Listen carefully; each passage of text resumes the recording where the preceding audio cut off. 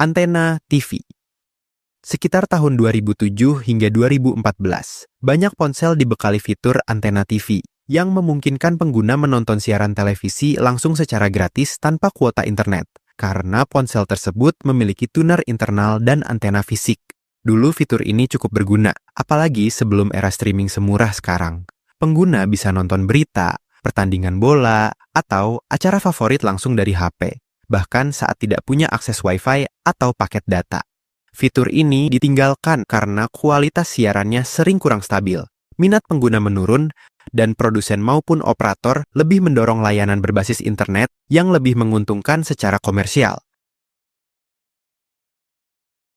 Baterai lepas pasang. Sebelum era baterai tanam, dulu baterai smartphone sangat mudah dilepas pasang. Cover belakang smartphone memang dirancang bisa dibuka pengguna, sehingga baterai, SIM card, dan microSD bisa diakses dengan mudah. Kelebihan lainnya, pengguna bisa membawa baterai cadangan dalam tanda kutip sebagai power bank instan. Bahkan dalam kondisi darurat saat HP nge-freeze, baterainya bisa dicabut untuk melakukan reset paksa. Tapi di balik kepraktisan itu, ada kekurangannya juga. Seiring waktu, pin konektor baterai bisa melemah atau longgar, sehingga saat ponsel kena benturan atau getaran, perangkat bisa tiba-tiba mati sendiri. Fitur ini akhirnya ditinggalkan karena produsen beralih ke desain bodi yang lebih tipis. Selain itu, baterai tanam memungkinkan perangkat dibuat lebih rapat untuk mendukung ketahanan debu dan air. Lampu notifikasi LED. Ini adalah lampu indikator kecil yang biasanya berada di bagian depan ponsel. Lampu ini akan menyala atau berkedip saat ada notifikasi masuk, baterai low, atau saat ponsel sedang diisi daya. Fitur ini berguna banget karena pengguna bisa tahu ada pesan atau panggilan masuk tanpa perlu menyalakan layar. Bahkan warna lampunya kadang bisa dibedakan untuk tiap jenis notifikasi. Lampu ini ditinggalkan karena produsen beralih ke layar yang makin penuh tanpa bezel, sehingga tidak ada ruang untuk menempatkan LED tersebut.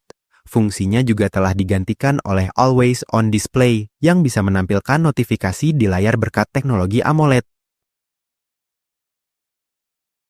Dual SIM plus micro SD.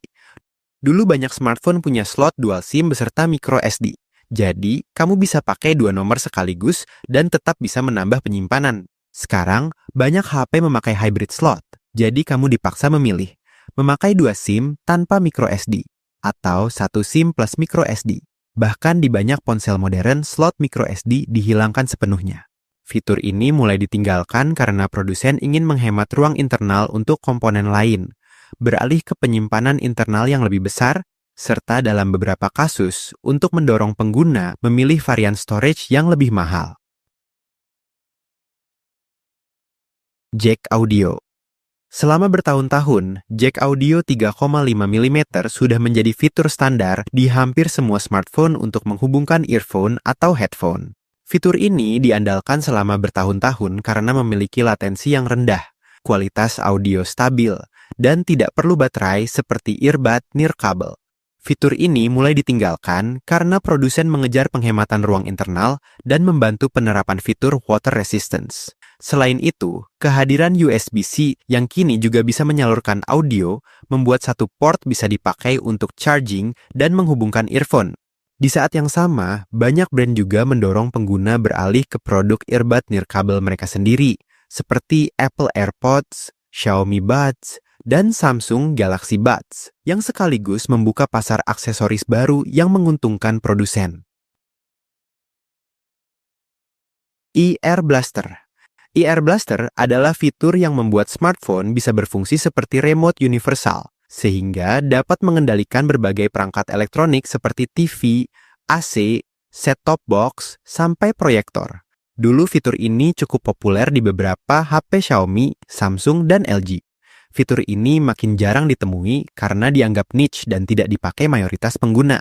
Selain itu, banyak perangkat rumah kini beralih ke smart control berbasis Wi-Fi dan aplikasi, sehingga fungsi eAir makin tersisih.